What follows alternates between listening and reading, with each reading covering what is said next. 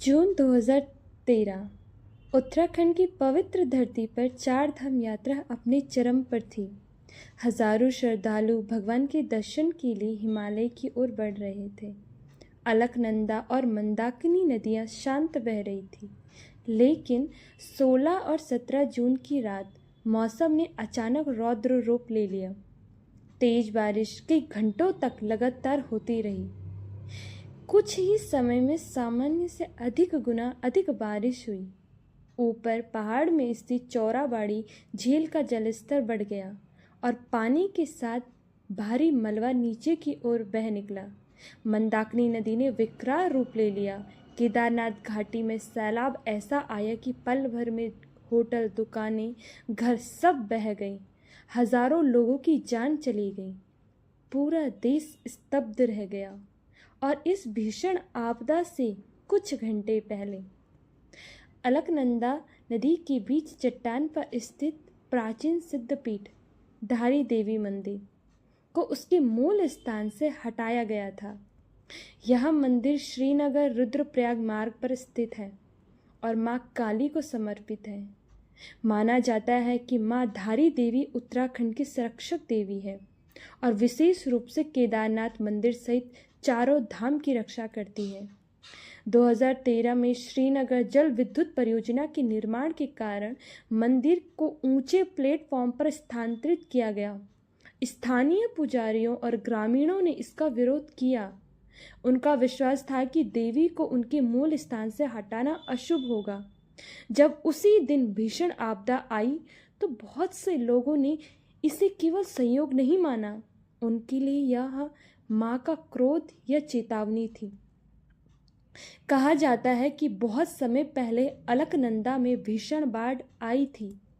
मां की मूर्ति बहकर दूर तक चली गई, लेकिन धारी गांव के पास एक बड़ी चट्टान से टकराकर रुक गई। तभी एक आवाज सुनाई दी, मुझे यहीं स्थापित करो। गांव वालों ने उसी स्थान पर मंदिर का निर्माण किया।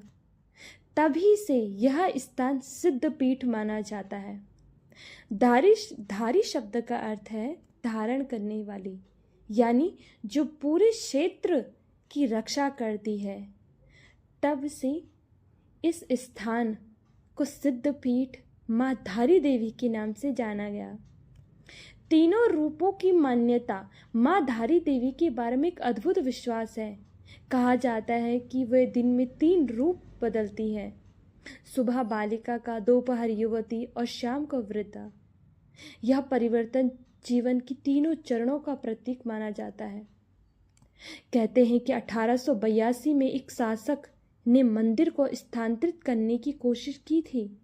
उसके बाद क्षेत्र में भयंकर भूस्खलन हुआ। स्थानीय लोग इसे भी देवी की नाराजगी ही मानते हैं।